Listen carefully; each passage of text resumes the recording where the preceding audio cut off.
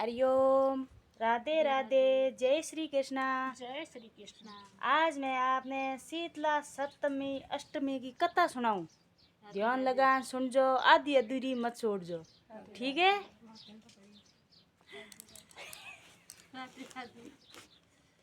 शीतला सप्तमी की कथा।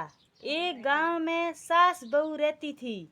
शीतला सप्तमी का दिन आया तब सासू ने बहू को भोजन बनाने के लिए कहा। बहू देर रात तक भोजन बनाती रही। इतने में उसका बच्चा रोने लगा।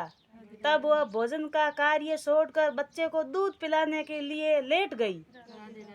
दिन भर की थकान से उसको नींद आ गई और चूल्हा जलता ही रहा। आधी रात के समय शीतला माता भ्रमण करती हुई बहू के घर आ गई और चूल्हे में लौटने लगी, जिससे शीतला माता का पूरा शरीर जल गया। तो शीतला माता ने श्राप दिया कि जैसे मेरा शरीर जला है वैसे ही तेरा पेट जले। बहू उठी तो देखा कि चूल्हा जल रहा है। उसके बच्चे का पूरा शरीर जला हुआ नजर आ रहा था। ये देख छोटी बहू जोर जोर से रोने लगी। वो समझ गई कि शीतला माता के कोप से ये हुआ है। इतने में सासू जी भी आ गया। उसको भी ये देखकर काफी दुख हुआ। उसने बहू को धीरज बंधाते हुए कहा कि बेटी, शीतला माता के पास जा, वो सब वापस अच्छा कर देगी। सासू जी का आशीर्वाद लेकर मर्द बच्चे को एक टोकरी में रखकर बहू निकली। रास्ते में उसे 2 तलाई मिली। तलाई में पानी तो काफी भरा था और एक तलाई का पानी दूसरे में जा रहा था, लेकिन जानवर, पशु पक्षी कोई भी इन तलाइयों का पानी नहीं पीता था। भूल से जो भी पानी पी लेता उसकी मृत्यु हो जाती थी। और बहू को दोनों तलाइयों ने पूछा, बहन तुम कहाँ जा रही हो? तब बहू बोली, शीतला माता ने मुझे श्राप दिया है, मैं श्राप का निवारण कराने जा रही हूँ। यह सुनकर तलाइयों ने कहा, बहन हमारा पानी कोई भी नहीं पीता, जो पीता है उसकी मृत्यु हो जाती है। हमने ऐसा कौन सा पाप किया है? हमारे पापों का निवारण पूछ लेना। बहू जब आगे चली तो 2 सांड मिले, जिनके गले में घंटी के पाट बंधे थे। ये दोनों हमेशा आपस में लड़ते रहते थे। बहू को देखकर दोनों सांड बोले, बहन तू कहाँ जा रही है? बहू बोली, मैं शीतला माता के पास मेरे श्राप का निवारण कराने जा रही हूँ। तो दोनों सांड बोले, हम हमेशा लड़ते ही रहते, हमने ऐसा कौन सा पाप किया है? कृपया हमारे पाप का निवारण भी पूछ आना। बहू हाँ कर आगे बढ़ी। वहाँ से आगे चलने पर छोटी बहू ने देखा कि बोर के झाड़ के नीचे एक वृद्धा अपने बिखरे हुए बालों को दोनों हाथों से सुलझाती हुई बैठी थी। उसने बहू को देखकर अपने पास बुलाया, पूछा कि अरे भाई, इस टोकरी में क्या लेकर जा रही हैं?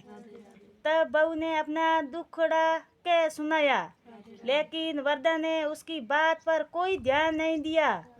अपने स्वार्थ की बात करते हुए बोली, अरे भाई, मेरा माथा जरा देख ले, ये जुएं तो मेरा खून पी गई।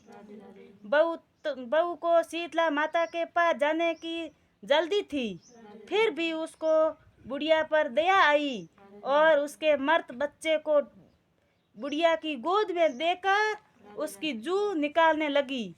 बुढ़िया ने माथे से सारी जुएं निकाल जाने पर खुजली मिट गई। बुढ़िया ने छोटी बहू को आशीर्वाद देते हुए कहा, जैसे मेरे माथे में ठंडक हुई ऐसी ही तेरी पेट भी ठंडा हो। उसी समय एक चमत्कार हुआ, बुढ़िया की गोद में पड़ा बच्चा सर्जीन हो गया। बहू को आश्चर्य शक्ति हुआ और समझ गई कि बुढ़िया सास शीतला माता ही है क्या। बहू उसके पैरों पर गिरकर क्षमा याचना करने लगी। फिर बहू ने दोनों तलाइयों और दोनों सांडों के पापों का निवारण भी पूछ लिया। शीतला माता बोली, बेटी तू जाते वक्त तलाइयों का पानी पी लेना, उनके पापों का नाश हो जाएगा। और सांडों के गले से पाट खोल देना, जिससे उनके पापों का नाश हो जाएगा। बहू सबके श्राप का निहरण जानकर खुश होकर अपने बच्चे को लेकर वहां से घर रवाना हुई। रास्ते में उसको दोनों सांड मिले, उसके गले में घंटी का पाट खोल दिए, जिससे उसका झगड़ा बंद हो गया। वहां से आगे चलने पर दोनों तलाइयां मिली। बहू ने उन दोनों तलाइयों में से पानी पी लिया, जिससे दोनों तलाइयों का पानी अमृत के समान हो गया। सभी लोग उनका पानी पीने लगे। इसी तरह बहू अपने बच्चे को लेकर घर आ गई। बच्चे को जीवित देखकर सासू जी बहुत खुश हुई। हे शीतला माता, जैसी बहू को दर्शन दिया और संकट काटे, ऐसे ही सभी के संकट दूर करना।